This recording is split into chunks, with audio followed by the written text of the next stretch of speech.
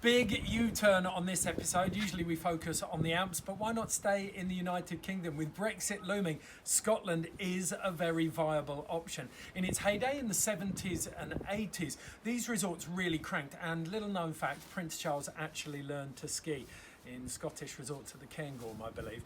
On their day, they are absolutely stunning. The scenery is incredible and the terrain is truly breathtaking. I've had friends exploring them, splitboarding over the last couple of years, and the photos they come back with are absolutely beautiful.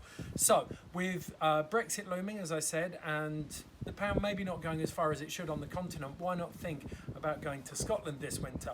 Certainly in terms of getting there, it's much easier. If you're in the north of England or Scotland, then you can drive straight in. South of England, you can jump on a train overnight and be ready to ski or snowboard the next day.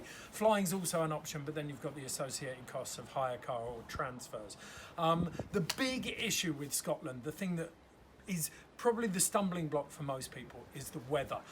It's definitely more temperamental than you'll find in the settled continental Alp climate.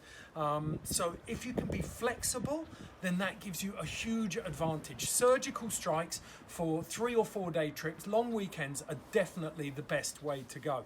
You can get driving rain and dumping snow all in the same day. I've had it up there before, and I know that Lauren McCallum from POW has also had it. I'll put a link to a film she made in the text. There's also a great link for a slightly more positive, upbeat film, The Right to Rome, which Patagonia made with Alex Yoder, and it explores people getting out and about in the back country of Scotland. A very, very interesting watch. But where to go? 5 big resorts. You've got Cairngorm, the biggest and probably the most snowsure. Then you've got Glencoe and Glenshee, both incredible scenery, great terrain. Glenshee even has a snow park. The Lecht is great for beginners and families, and then the Nevis range, probably the best to avoid the crowds, and it's got one of the best access roads, so you won't get snowed up if there's a big storm. Definitely worth checking out.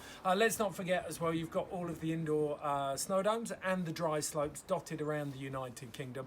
And if you're going up to Scotland or away to the Alps and you want some lessons, or just to get a bit of a refresher before you go out to the mountains, then they're well worth checking out. Again, all of the details for those are in the text. I'm sure a lot of you have got a lot more experience skiing and snowboarding in Scotland than I do, so please text in any tips that you've got, and as always, give us some photos as well.